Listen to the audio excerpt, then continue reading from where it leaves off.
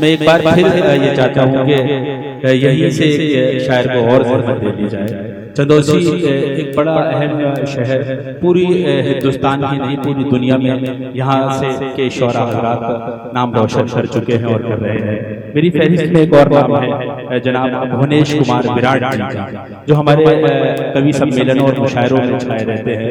मैं उनका इस्तकबाल करना चाहता हूँ। मोहब्बत के सफ़र को खूबसूरत मोड़ देते हैं, सभी शिकवे गिले आओ यहीं पर छोड़ देते हैं, और हमारे प्यार में कोई कमी अब आ गई शायद, तुम्हारे प्यार का निर्णय तुम ही पर छोड़ देते हैं। आइए इस्तकबाल करते हैं जनाब भुवनेश कुमार विराट जी का। बहुत बहुत धन्यवाद। और आप सबसे पहले इस कार्यक्रम की जो इंतजामिया कमेटी है उसको मैं प्रणाम निवेदित करता हूं, और मंच पर जितने भी शायर और कवि और शायरा मौजूद हैं सबको नमन करता हूं, और अपने जीवन की सारी समस्याएं और रात्रिकालीन इच्छाओं का त्याग करके आज आप इस कौमी एकता की और गंगा जमुनी तहजीब की इस महफिल में और साहित्य की इस महफिल में अपनी आहुति देने आए हैं। इसलिए आप सबका भी वंदन, अभिनंदन और स्वागत करता हूं। और वास्तव में कुदरत की ना अगर कोई मेहरबानी होती, वास्तव में कुदरत की ना अगर कोई मेहरबानी होती, इतने सुंदर आयोजन की ना कोई तैयारी होती, वो तो चंदौसी के लोगों में कोई वरना तो कभी इतनी हंसी रात होती, वरना तो कभी इतनी हंसी रात ना होती। और सीधे सीधे आपसे जोड़ता हूँ, 5 मिनट लूंगा, समय की नजाकत को समझता हूँ कि जब थोड़े समय पहले मैं घर आ गया था अपने, इस समय नैनीताल में हूँ। मेरी जन्मभूमि चंदौसी है, मेरी कर्मभूमि उत्तराखंड नैनीताल है। तब के आज ही मैंने ये पंक्तियां कि मैं चंदौसी के विषय में कुछ पंक्तियां मैंने आज लिखी थी।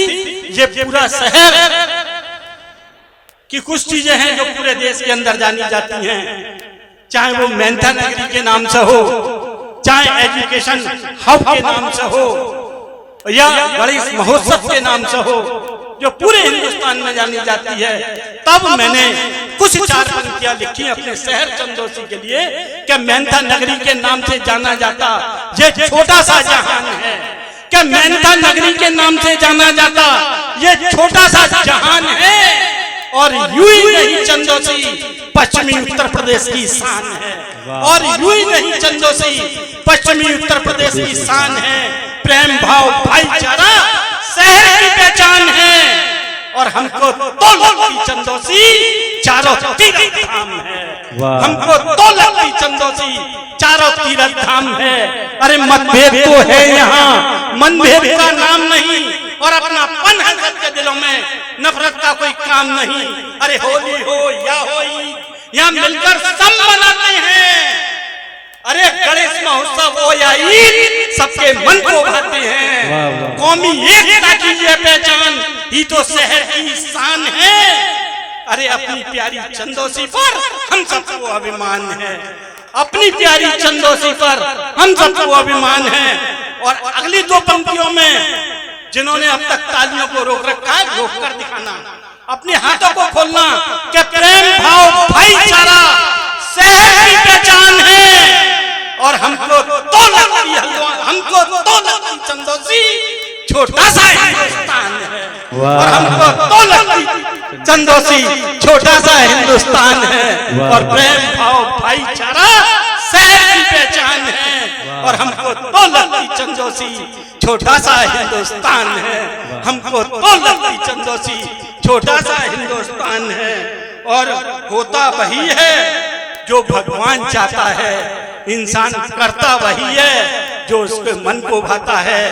और जीवन में लाख दुश्वारियां हो, कभी और सुनने को तो, कभी और शायरों को सुनने तो हर इंसान चला आता है, कभी और शायरों को सुनने तो हर इंसान चला जाता है।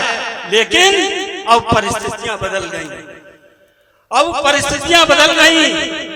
अब हस्बैंड की वाइफ नहीं सुन रही, वाइफ की हस्बैंड नहीं सुन रहा। इसलिए अगर ठक जैसी बात लग जाए तो तालियों में बदलना क्या हस्बैंड की वाइफ नहीं सुन रही, वाइफ की हस्बैंड नहीं सुन रही, इसलिए मन की बात रेडियो पर करनी पड़ती है।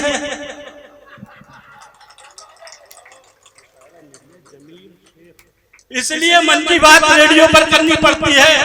और एक दिल्ली में एक प्रोग्राम में करके आ रहा था, संपर्क क्रांति से आ रहा था, तो भाई साहब मुरादाबाद में एक बैठा था, डिब्बा काफी जगह थी,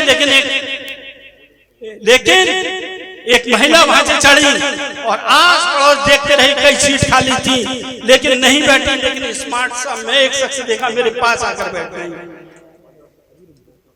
शिष्टाचार बस, शिष्टाचार बस। मैंने उनसे पूछ लिया आप कहाँ जा रही हैं, बोले नैनीताल। उन्होंने भी मुझसे पूछ लिया कि आप कहाँ जा रहे हो, मैंने कहा हल्द्वानी। बोले अच्छा ये तो बहुत बढ़िया रहा।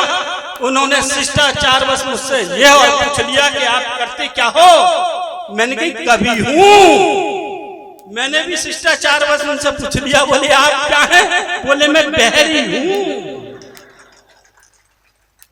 वाह, बोले मैं बहरी हूँ। और आइए, चूंकि मुझे हास्य के लिए बुलाया गया है और समय कम है, कुछ सीधे अपनी 2-3 मुक्तक सुनाऊंगा और अपना स्थान ले लूंगा क्योंकि समय की बहुत कमी है।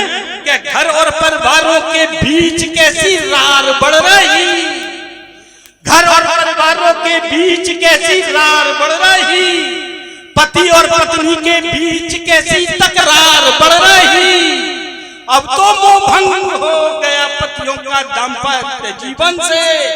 अगली पंक्ति पर हाथ खोलना कि अब तो मोह भंग हो गया पतियों का दाम्पत्य जीवन से। बस इसीलिए हर बार कुंभ में नागा बाबाओं की संख्या हर बार बढ़ रही। बस इसीलिए कुंभ में नागा बाबाओं की संख्या हर बार बढ़ रही।